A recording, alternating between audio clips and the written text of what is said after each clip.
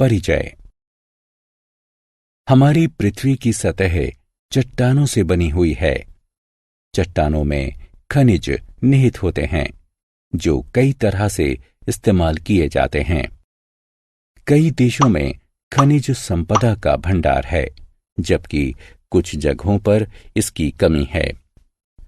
इस पाठ के अंतर्गत हम खनिज पदार्थों के बारे में जानेंगे और उन स्थानों का पता लगाएंगे जहां ये बहुतायत में पाए जाते हैं।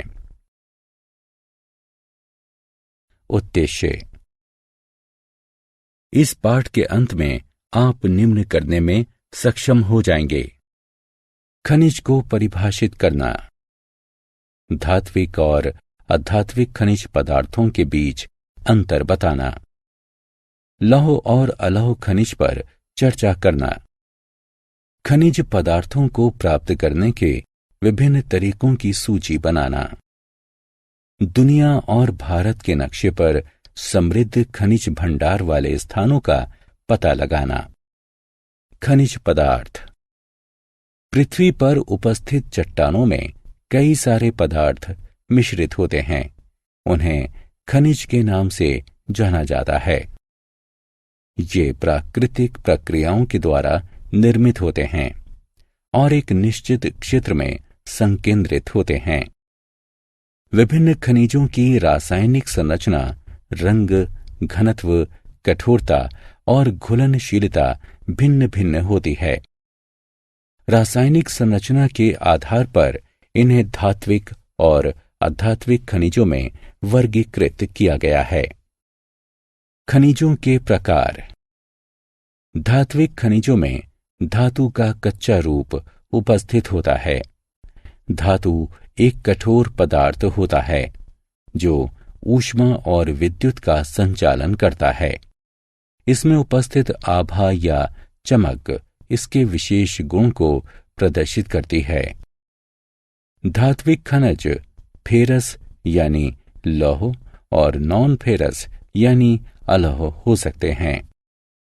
फेरस खनिजों में लौह धातु उपस्थित होती है। नॉन फेरस खनिजों में लौह धातु उपस्थित नहीं होती, बल्कि कुछ अन्य धातुएं जैसे गोल्ड या कॉपर उपस्थित हो सकता है। अधात्विक खनिजों में कोई भी धातु उपस्थित नहीं होती है। खनिजों का निष्कर्षण। वे चट्टानें जिनसे खनिज पदार्थों को खनन करके निकाला जाता है, अयस्क या ओर के नाम से जानी जाती है। अब हम देखेंगे कि खनिज पदार्थों को कैसे निष्कर्षित किया जाता है। खनिज पदार्थों को पृथ्वी की सतह के अंदर दबी चट्टानों से खोदकर बाहर निकाला जाता है। यह प्रक्रिया खनन कहलाती है। हम खनन के विभिन्न प्रकारों के बारे में चर्चा करेंगे। वे खनिज जो कम गहराई में दबे होते हैं, उन्हें ऊपरी सतह की परत को हटाकर बाहर निकाला जाता है। इसे ओपन कास्ट खनन कहा जाता है। अत्यधिक गहराई में दबे खनिज भंडार को बाहर निकालने के लिए गहरे बोर जो शैफ्ट कहलाते हैं, इनकी विधि अपनाई जाती है। इसे शैफ्ट खनन कहा जाता है। पेट्रोलियम और प्राकृतिक गैसें पृथ्वी की सतह के बहुत नीचे गहराई में स्थित होती हैं, अतः इन्हें निकालने के लिए गहरे कुएं खोदे जाते हैं और ये प्रक्रिया ड्रिलिंग कहलाती है। जो खनिज पदार्थ सतह के पास ही पाए जाते हैं, उन्हें सरलता से खोदकर निकाल लिया जाता है। ये विधि उत्खनन कहलाती है। संपूर्ण विश्व में खनिज पदार्थों का वितरण। संसार के मानचित्र पर देखो, खनिज पदार्थों का वितरण दिखाया गया है। ये जानना बहुत दिलचस्प है कि पूरे विश्व में यूरोप लौह अयस्क के उत्पादन में अग्रणी है। चिली और पेरू कॉपर के प्रमुख उत्पादक देश हैं। ब्राजील और बोलीविया दुनिया में टिन के सबसे बड़े उत्पादक देशों में से एक हैं। अफ्रीका दुनिया में हीरे, सोने और प्लेटिनम का सबसे बड़ा उत्पादक देश है। ऑस्ट्रेलिया दुनिया में बॉक्साइट का सबसे बड़ा उत्पादक देश है। चीन और भारत में लौह अयस्क का बड़ा भंडार है। भारत में खनिज पदार्थों का वितरण। चलिए भारत में खनिज पदार्थों के वितरण का अध्ययन करने के लिए इन मानचित्रों को देखिए।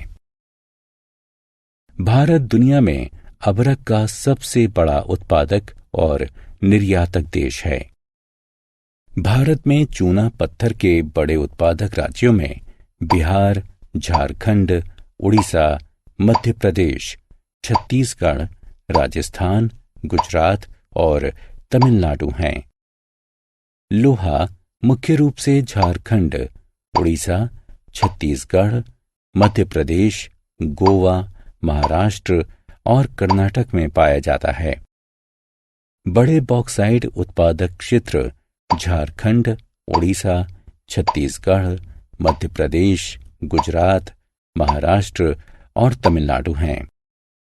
कॉपर मुख्य रूप से राजस्थान, मध्य प्रदेश, झारखंड, कर्नाटक और आंध्र प्रदेश में निकाला जाता है। मैग्नीज मुख्य रूप से महाराष्ट्र, मध्य प्रदेश, छत्तीसगढ़, उड़ीसा, कर्नाटक और आंध्र प्रदेश में पाया जाता है। कर्नाटक के कोलार में सोने का भंडार है। खनिज का उपयोग। क्या आप बता सकते हैं कि रत्न आमतौर पर कठोर क्यों होते हैं? हाँ, रत्न खनिजों से बने होते हैं जो उन्हें कठोर बनाते हैं। तांबे के सिक्के या तार, कंप्यूटर में सिलिकॉन चिप और ऑटोमोबाइल में इस्तेमाल किया गया एल्यूमीनियम, हवाई जहाज, इमारतें और बर्तन, ये हमें बताते हैं कि खनिजों का उपयोग हर जगह व्यापक रूप से किया जाता है। खनिजों का संरक्षण। क्या आपको पता है कि खनिजों के निर्माण और संकेंद्रण में हजारों साल लग जाते हैं, परंतु इन्हें खर्च करने के पहले हम एक पल भी इसके बारे में नहीं सोचते। खनिज एक अनवीकरणीय यानी नश्वर संसाधन है, तो हमें इसे बर्बाद नहीं करना चाहिए। हम धातुओं को पुनः उपयोग में ला सकते हैं या इन्हें रिसाइकिल कर सकते हैं ताकि खनिजों को संरक्षित किया जा सके। सारांश। आइए हमने जो कुछ सीखा है उसे संक्षेप में दोहराएं।